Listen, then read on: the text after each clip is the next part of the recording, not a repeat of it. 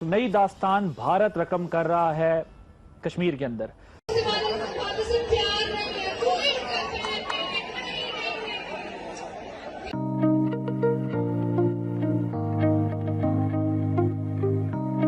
But Lal Chowk में पहली बार ऐसा इवेंट देखने को मिल रहा है। भारत जिस तरह से कश्मीर में 5 अगस्त के बाद से 5 अगस्त 2019 के बाद से जिस तरह से सामने आ रहा है, रिलेटेड मैं आपको वीडियो दिखाना चाहूंगा जो अभी कि ये इंडिया साइड कश्मीर है, लाल चौक। तो कुछ ये है कि भारत को इग्नोर करना दुनिया के लिए बड़ा मुश्किल है। ना सिर्फ बड़ी इकॉनमी है, 1 बिलियन का मुल्क है, अब वो दुनिया का सबसे बड़ा मुल्क हो गया, तो उसको इग्नोर करना मुश्किल। आपसे 4-5 लोगों को पहले दिखाया, वो कहते हैं कि भाई ये यूरोप लग रहा है, कोई दुबई लग रहा है, कोई मानने के लिए तैयार नहीं कि इंडिया ने इतनी डेवलपमेंट कर रही है कश्मीर में। कानूनी और आईनी तौर पर उनके पास अब जवाब आ चुका है। अब वो पूरी दुनिया में ये एक जवाब बना चुके हैं कि वो आजाद कश्मीर और गिलगित बल्तिस्तान भारत का हिस्सा है। यानी आपको ये लग रहा है कि अनकरीब गिलगित बल्तिस्तान भी हमारे हाथ से जाने वाला है? मेरे ख्याल से जब उन्होंने एक चीज़ को ठान लिया तो फिर करके दिखाते हैं वो। और नरेंद्र मोदी साहब के साथ तकरीबन हर मुल्क का जो वज़ीर आज़म है वो उनके साथ खड़ा हो जाता है।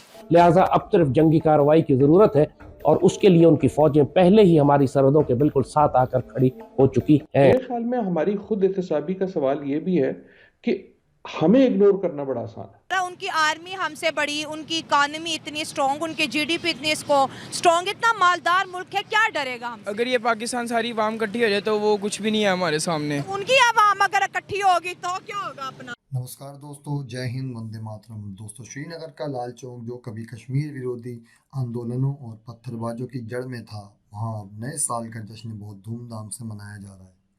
इतिहास में ये पहली बार हुआ जब लाल चौक पर नए साल का जश्न मनाया गया हो। नए साल के इस जश्न के दौरान लाल चौक के ऐतिहासिक यानी घंटा घर पर लोगों को बॉलीवुड गानों की धुन पर गाते और नाचते देखा गया।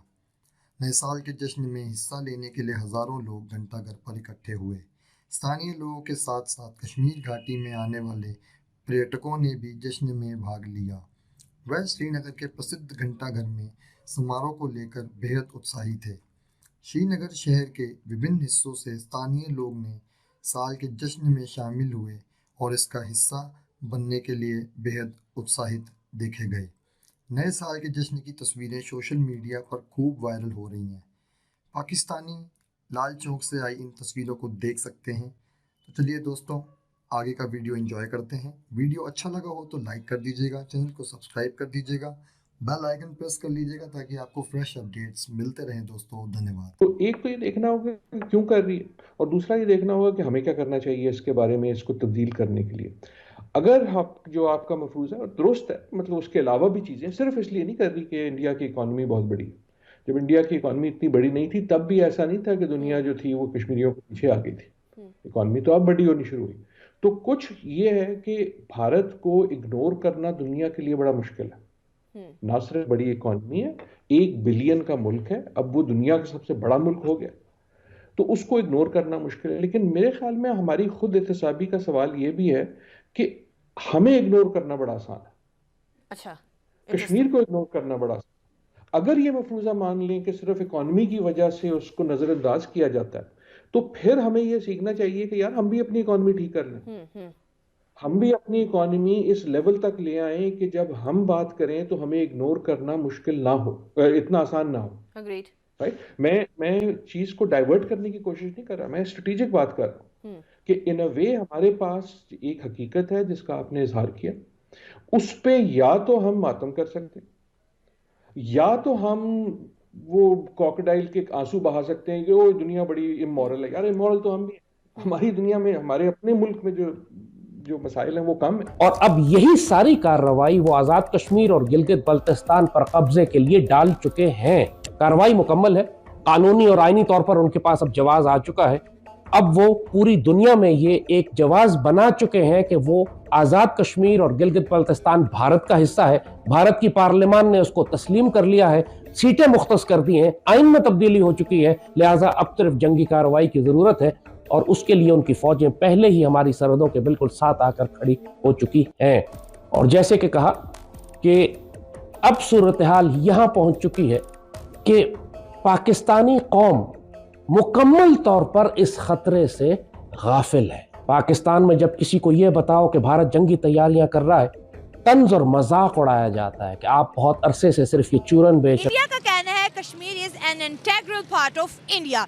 पाकिस्तान ने जब खबर सुनी कि सुप्रीम कोर्ट ने आर्टिकल को हटाना जायज करार दे दिया है और भारतीय सरकार को सपोर्ट किया है, तो पाकिस्तान का कहना यह है कि हम इस मुद्दे को दोबारा यूनाइटेड नेशन में लेके जाएंगे।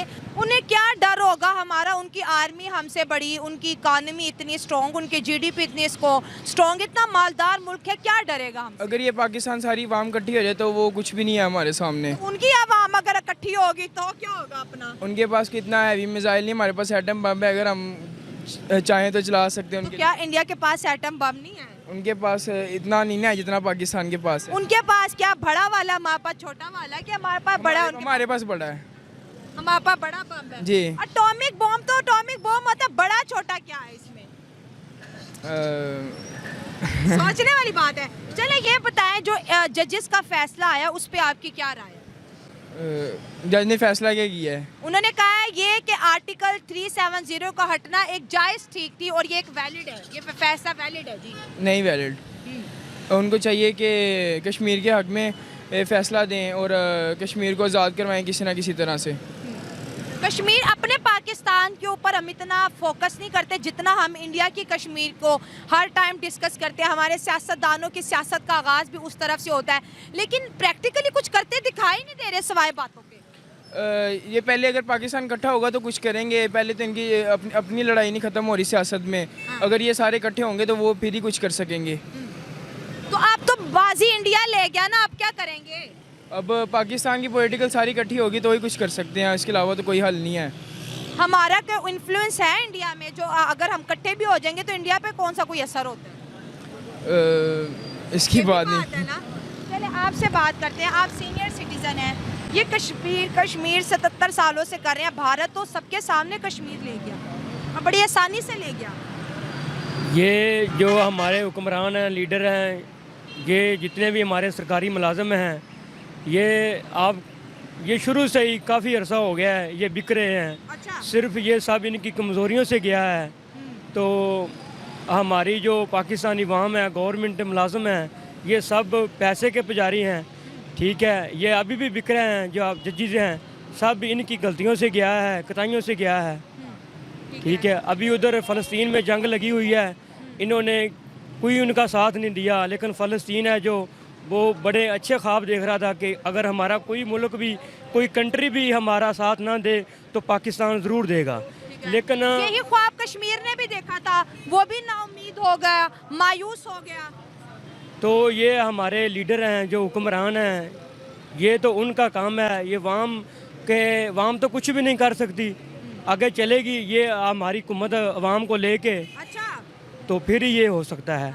अब तो कुछ भी नहीं हो सकता ना। अब तो भारत ने और सुप्रीम कोर्ट ने कहा है कि 2024 सितंबर तक जल्द से जल्द वहाँ पर इलेक्शन करवाया जाए, वहाँ पर डेमोक्रेसी आ जाएगी।